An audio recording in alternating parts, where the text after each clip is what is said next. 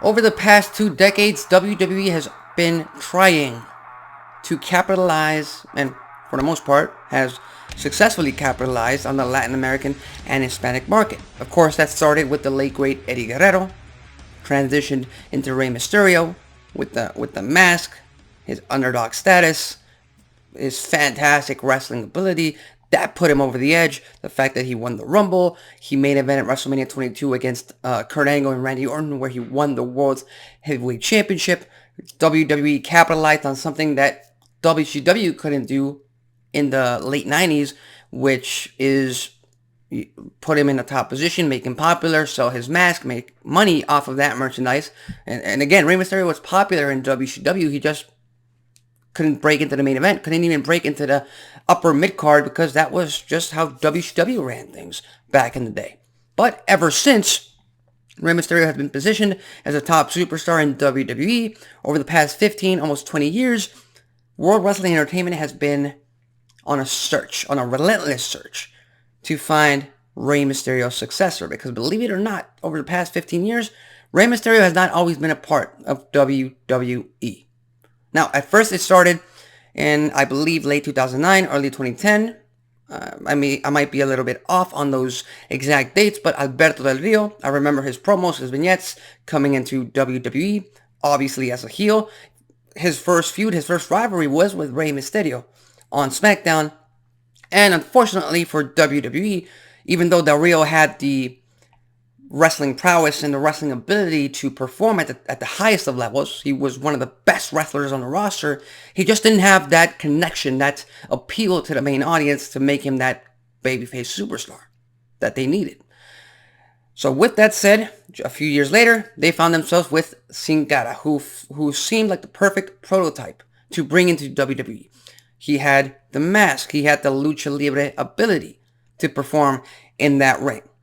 Now, unfortunately, his performance in the ring, accompanied with some backstage heat because he got injured on a live Monday Night Raw and refused to continue the match, that brought him down a couple of pegs to the point that he was released. He never really caught on with the audience. He had this weird-ass entrance, and at some point they had this weird-ass lighting to protect his wrestling style in terms under the WWE umbrella, which didn't help at all. And eventually, Sin Cara got released, but the gimmick continued with Único, if I'm not mistaken. Then they had Kalisto and the Lucha House Party with Gran Metalik and Lisa Del Dorado. That didn't really catch on too much. They were great. They were a great secondary act, entertainment act on Raw, SmackDown, and pay-per-views. At some point, I believe they were tag team champions. I might be wrong a bit about that, but it's been a while since they've been a part of WWE TV. That didn't pan out. And in the very recent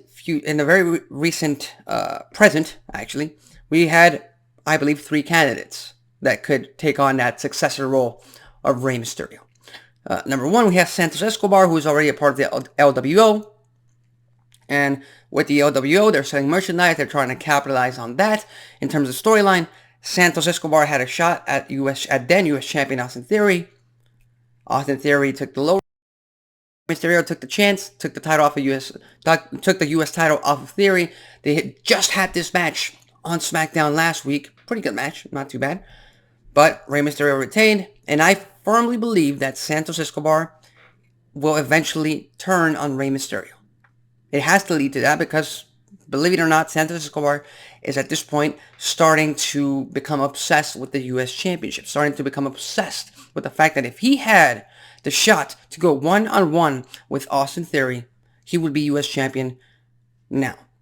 And that's also going to accompany with the fact that he couldn't beat Rey Mysterio. That's going to come into play in later months.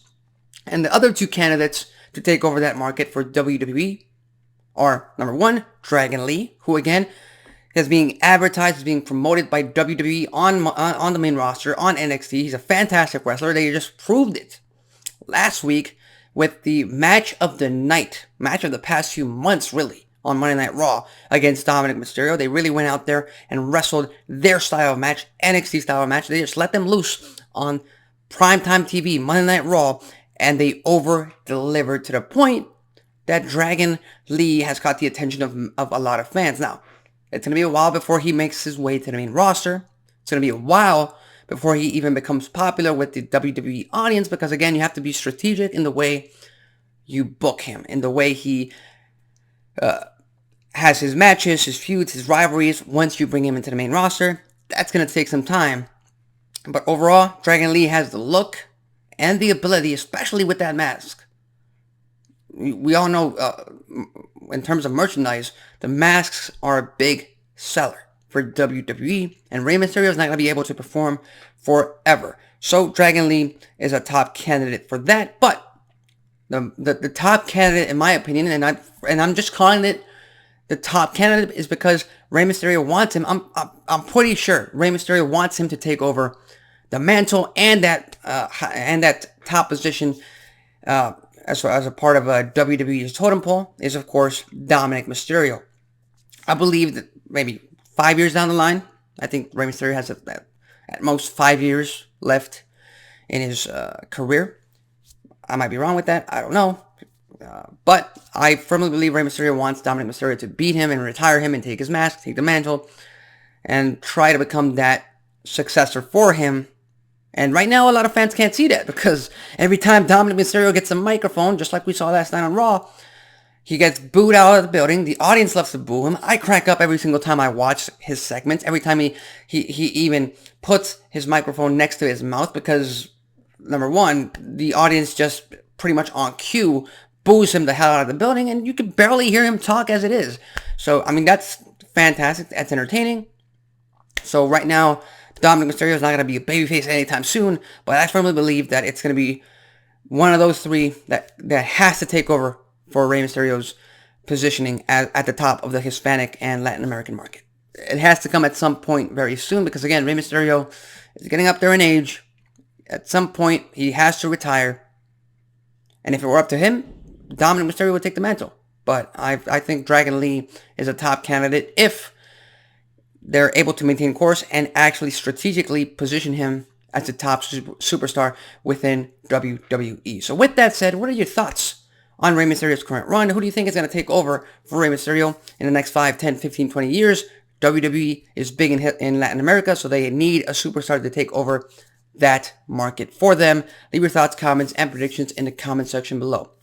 In the meantime, tune in later on tonight to NXT on the USA Network, where Dominic Mysterio gets another shot, his rematch, at Trick Williams for the North American Championship, and he has Mommy's ultimatum. So we'll just have to wait and see what happens tonight. So with that said, I'm Alexis Carrillo. This has been Wrestling Talk, and I'll see you next time.